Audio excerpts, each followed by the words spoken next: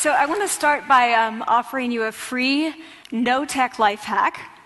And all it requires of you is this, that you change your posture for 2 minutes. But before I give it away, I want to ask you to right now do a little audit of your body and what you're doing with your body. So how many of you are sort of making yourselves smaller? Maybe you're hunching, crossing your legs, maybe wrapping your ankles. Sometimes we hold on to our arms like this. Sometimes we spread out. I see you. I'm Amy Cuddy, and I'm a social psychologist and professor at Harvard Business School. My main collaborator in this research, Dana Carney, and I were having a conversation after teaching MBA students at 2 different schools. One of the things that we noticed was that the students who were participating a lot had different body language from the students who were not participating a lot, who tended to be women and non-white men. What we were really interested in knowing was whether or not you could change their body language and actually change the way they felt and behaved. Testosterone is known as the dominance hormone. It's associated with confidence and assertiveness. Cortisol, on the other hand, is known as the stress hormone, and that's associated with an inability to adapt in highly stressful situations.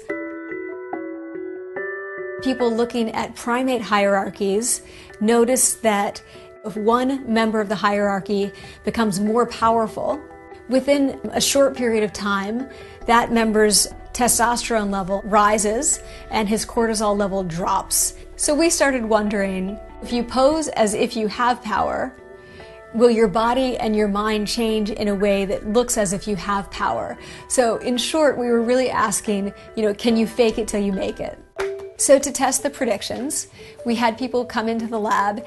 We took a saliva sample to get their baseline hormone levels. After that, we randomly assigned them to one of 2 conditions.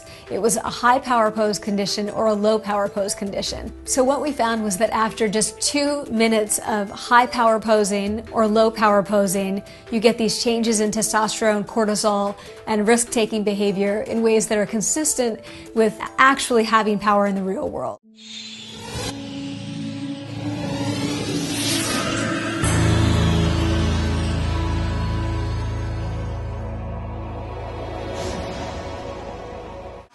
So we're really fascinated with body language, and we're particularly interested in other people's body language. We're interested in, an awkward interaction, or a smile, or a contemptuous glance, or maybe a very awkward wink, or maybe even something like a handshake. Here they are arriving at number 10, and look at this lucky policeman gets to shake hands with the President of the United States. Oh, and here comes the Prime Minister of it. No.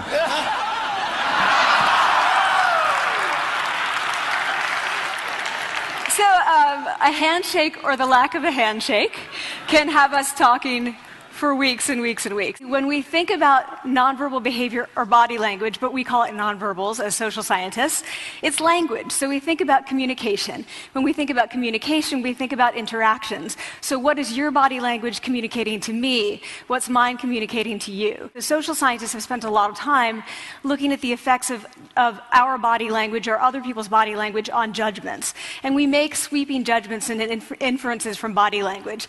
And those judgments can predict really meaningful life outcomes, like who we hire or promote, who we ask out on a date. And I really wanted to know, can you fake it till you make it? Can you do this just for a little while and actually experience a behavioral outcome that makes you seem more powerful?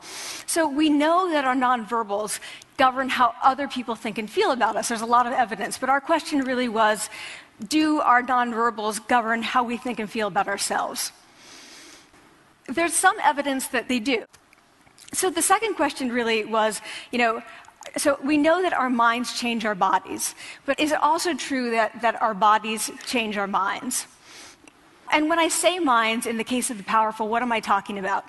So I'm talking about thoughts, and feelings and the sort of physiological things that make up our thoughts and feelings. And in my case, that's hormones. I look at hormones. So what do the minds of the powerful versus the powerless look like? So we have this evidence, both that the body can shape the mind, at least at the facial level, and also that role changes can shape the mind. For 2 minutes, you say, I want you to stand like this, and it's going to make you feel more powerful. I want to say to you, don't fake it till you make it. Fake it till you become it. You know, it's not do it enough until you actually become it and internalize. The last thing I want to leave you with is this. Tiny tweaks can lead to big changes. So this is 2 minutes. 2 minutes, 2 minutes, 2 minutes. Before you go into the next stressful evaluative situation, for 2 minutes, try doing this in the elevator, in a bathroom stall, at your desk behind closed doors. That's what you want to do. Configure your brain to cope the best in that situation. Get your testosterone up, get your cortisol down. Don't leave that situation feeling like, oh, I didn't show them who I am. Leave that situation feeling like, oh, I really feel like I got to say who I am and show who I am. So I want to ask you first, both to try power posing, and also I want to ask you to share this science, because this is simple. I don't have ego involved in this. Give it away. Share it with people, because the people who can use it the most are the ones with no resources and no technology and no status and no power. Give it to them, because they can do it in private. They need their bodies, privacy, and 2 minutes, and it can significantly change the outcomes of their life. Thank you.